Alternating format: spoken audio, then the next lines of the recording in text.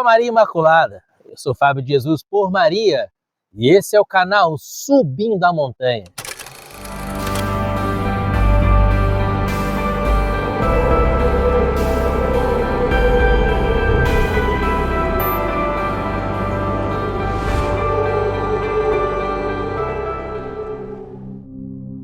Palavras de vida eterna, pondo a palavra no seu dia a dia, porque não só de pão vive o homem, mas de toda a palavra que provém da boca de Deus. O evangelho que a igreja nos propõe nessa sexta-feira está em Mateus, capítulo 12, versículos de 1 a 8. Abra o seu coração, é uma mensagem do céu para você. Pelo sinal da Santa Cruz, livra-nos Deus nosso Senhor de todos os nossos inimigos. Em nome do Pai, do Filho e do Espírito Santo. Amém. Atravessava Jesus os campos de trigo num dia de sábado. Seus discípulos, tendo fome, começaram a arrancar as espigas para comê-las. Vendo isso, os fariseus disseram-lhe: eis que teus discípulos fazem o que é proibido no dia de sábado. Jesus respondeu-lhes: não lestes o que fez Davi num dia em que teve fome, ele e seus companheiros? Como entrou na casa de Deus e comeu os pães da proposição? Ora, nem a ele nem àqueles que o acompanhavam era permitido comer esses pães reservados só aos sacerdotes. Não lestes na lei que no dia de sábado os sacerdotes transgridem no templo o descanso do sábado e não se tornam culpados? Ora, eu vos declaro que aqui está quem é maior que o templo. Se compreendesseis o sentido dessas palavras, quero a misericórdia e não o sacrifício, não condenareis os inocentes, porque o Filho do Homem é Senhor também do sábado. Palavra da salvação, glória a vós, Senhor.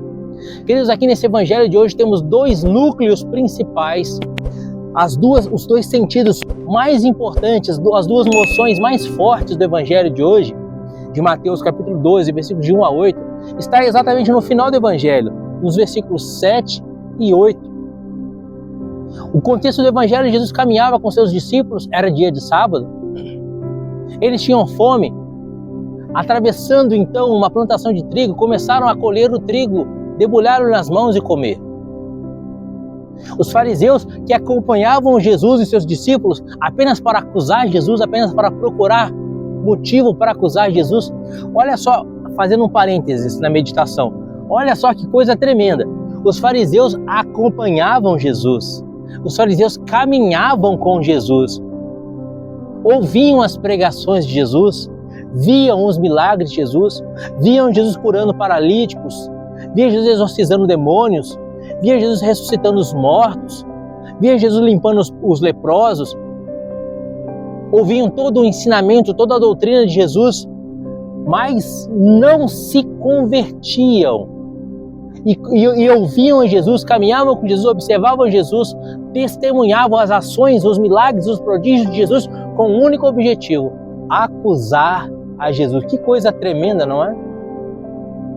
Caminhavam com Jesus, mas não se deixavam tocar por Jesus. Quantos de nós somos batizados? Fizemos a primeira Eucaristia, participamos inúmeras, milhões de vezes da Santa Missa, estivemos diante da presença de Jesus sacramentado milhões de vezes, mas não nos convertemos ainda. Será que nós não temos sido como os fariseus? Estamos constantemente com Jesus, mas não estamos em Jesus. E esse é um dos sentidos do evangelho de hoje. Fecha esse parênteses e vamos aos versículos 7 e 8, onde Jesus mostra primeiro a sua vontade, depois ele mostra quem ele é.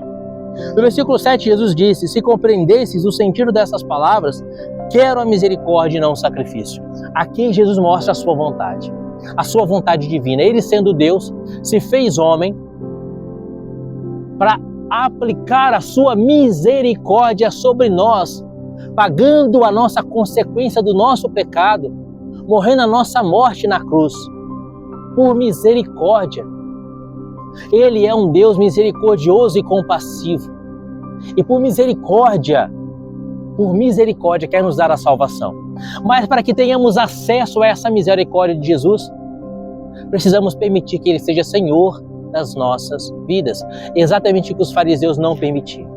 Os fariseus acompanhavam Jesus, ouviam as pregações de Jesus, testemunhavam os milagres de Jesus, recebiam toda a doutrina de Jesus, mas não permitia que Jesus fosse o Senhor das vidas deles.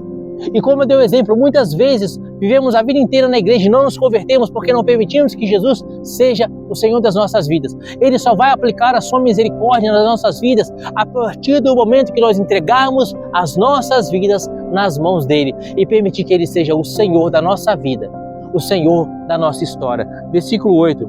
Porque o Filho do Homem é Senhor também do sábado. Ao dizer que ele era o Senhor do sábado, ele se apresentava como Deus para aqueles fariseus. Queridos, a lei sabatina foi instituída pelo próprio Senhor. Quando Deus criou o mundo e no sétimo dia descansou, o sétimo dia ficou sagrado, santificado. Ao dar a sua lei a Moisés, Deus determinou que Moisés e o povo de Deus guardassem o sábado. O sábado era o dia do Senhor.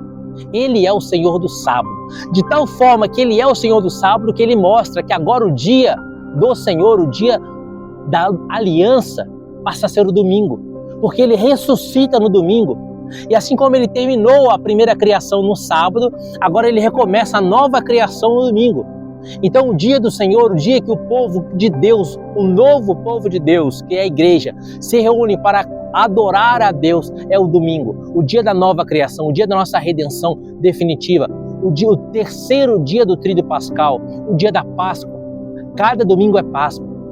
Ao dizer então aqui para os fariseus, nesse dia, nessa hora, nesse momento, o Filho do Homem é Senhor também do sábado, ele estava dizendo, eu sou Deus, fui eu que instituí a lei sabatina, eu posso a qualquer momento alterar ou mudar essa lei, porque eu sou Deus. O sábado é para mim, o sábado é para o meu culto.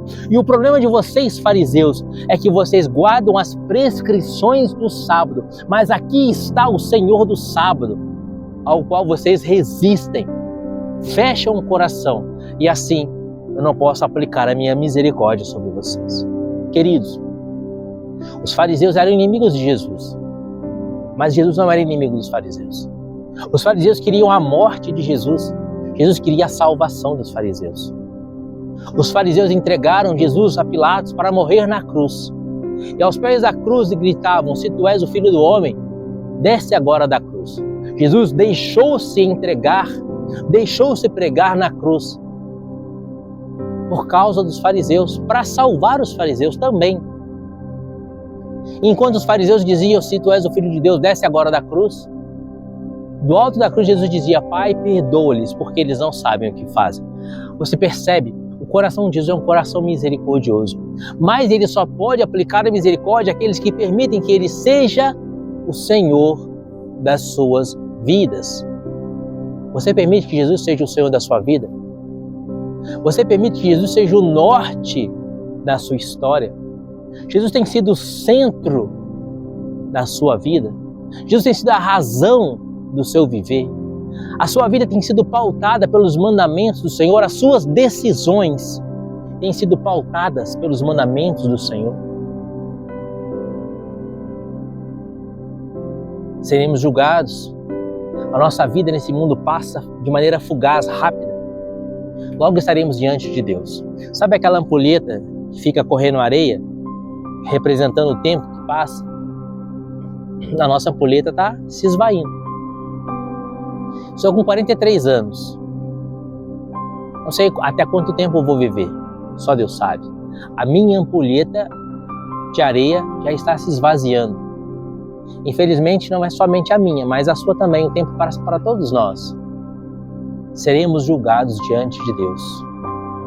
Você quer a misericórdia de Jesus no dia do seu julgamento? Você quer ser perdoado por Deus e acolhido na vida eterna? Permita que Ele seja o Senhor da sua vida. Permita que Ele seja o norte da sua vida. Permita que Ele tome a direção. Entrega teus caminhos nas mãos do Senhor. Espera nele e Ele agirá. É o que diz o Salmo. pauta a sua vida pelos mandamentos de Jesus. Deixe Ele ser o seu Senhor e você vai alcançar a misericórdia. Que Deus te abençoe e viva Maria Imaculada.